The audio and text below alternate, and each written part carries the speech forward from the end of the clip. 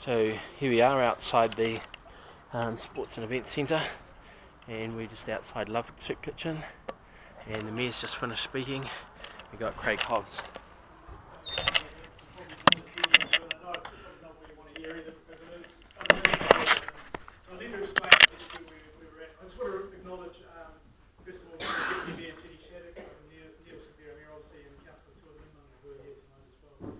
Craig, I apologise for not acknowledging, but also we have a couple of apologies. Yes, we do have apologies from Councillor Terry McGill, Thomas Lee, and Adrian Bell.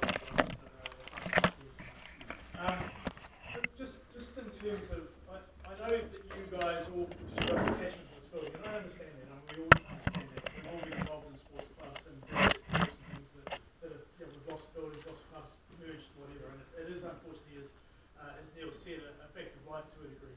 And if I could just sort of start out by, one of the things that I've found coming into Tokoroa, and I'm new to the South Lake, I've only been here for a couple of years, now living in Arapuni, so I'm not living in Tokoroa, but I work here every day.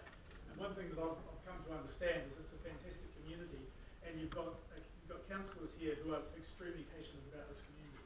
Now, unfortunately, you're going to get this every so often, you're going to get a casualty out of that sort of passion, I guess, as well, but they're doing the right thing by the community and trying to do the best by it. One of the things that councillors are focusing on as much as they can, as well as keeping the rates down and making sure that everything works properly, your roads are smooth, your water runs, your toilet flushes, all those sorts of things, is also looking at how we can actually improve the economy of our district. So what we're trying to do is, we're trying to bring businesses in, we want people to come in and live here, to set up businesses, spend more money, and do those sorts of things. Something that's come out quite clearly through long-term plans and annual plans over the years, and it's reflected in that document that Neil referred to before, is that people want to see Tokoroa looking nicer. Now, we get a bad rap. Tokoroa gets a bad rap. Are you demolishing this building because you say it doesn't look good? Is that what you're saying? You're saying Tokoroa look better? What we're saying is that there are a lot of areas of Tokoroa that we can try and work on to improve. It's something we get us to get rid of. Well, there's houses that have overgrown lawns that aren't occupied, that look like shit. This building looks pretty good, and it is being serving the public. They are feeding people. See, the difference between council and this particular organisation, I just want to point out, I'm not a Mormon, I don't adhere to the teachings of Joseph Smith. The one thing I will say is that bureaucrats live and feed off the people, whereas this organisation and what they use this building is to feed the people. So again, what we're making to talk about this building in particular and what we're trying to do. We want to open up access into the sport event centre. That's part of the vision. It's also to move away some of the buildings that are old and tired and are struggling. And if you look at this bowling club, What's wrong with this building? This bowling club was struck off in 2005. Okay? What's wrong with it? So can we make it a bowling club? It's got asbestos. Is that really sort of that? Has it got asbestos? No. The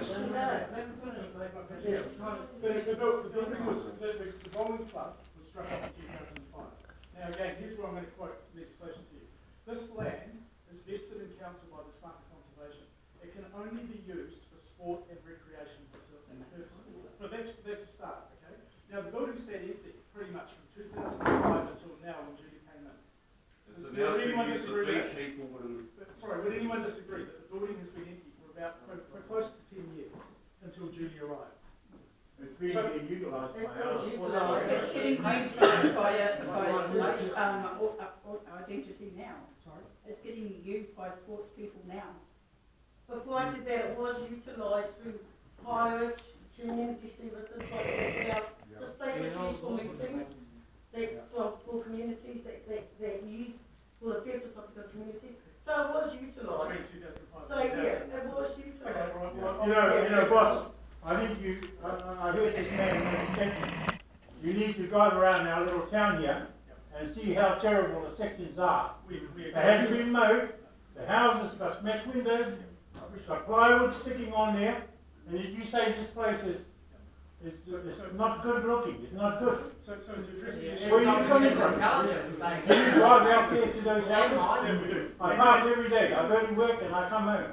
and to address that, the council have put money into removing those derelict buildings We can. I mean, at the end of the day, No, you foreclose on them, you don't put money into them, the banks foreclose on them. Why don't we open it to borrow club again? We can only have, sorry Craig, can I just step in here? We can't do anything with those if people are still living in them, and some of them are. Well, no, what you do. Excuse me, and then you can, if I can, because I'm trying to answer. We can't, if people are living there and they've got long grass and broken windows, it's private property. The only time council can go on there is if it's a fire hazard or a health hazard. If there are abandoned buildings, we've got to wait until they don't pay their rates for, how many years is it before we can?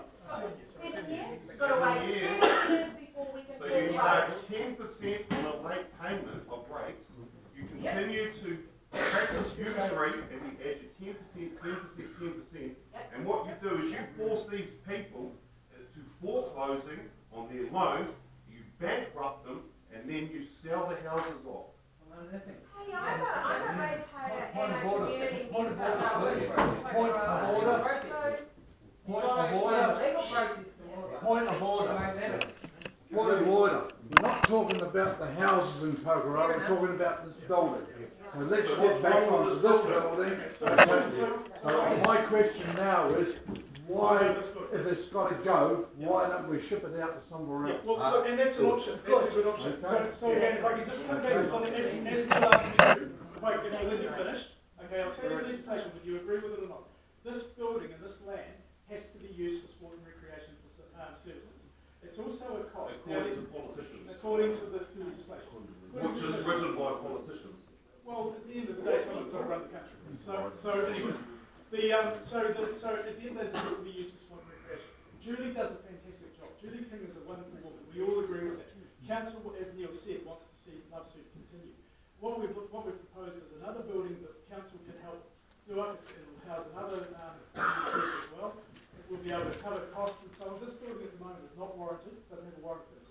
If there was a fire in here today, Julie would be liable. Can we just leave Julie out of this? It's So, got nothing to do but with it's it. relative to the building. And Because the it's building, irrelevant because to the the building, building, not Julie. because the Julie building doesn't own this building, so she would not be held liable. as the user. She would not be held liable. She doesn't have So to. you're understanding the law. She doesn't have to So, pay for the warrant of fitness on the building. The owner has to pay for the warrant of fitness on the building. Because at the end of the day, every time council spends money, it's your rates. Council's trying to recoup rates now.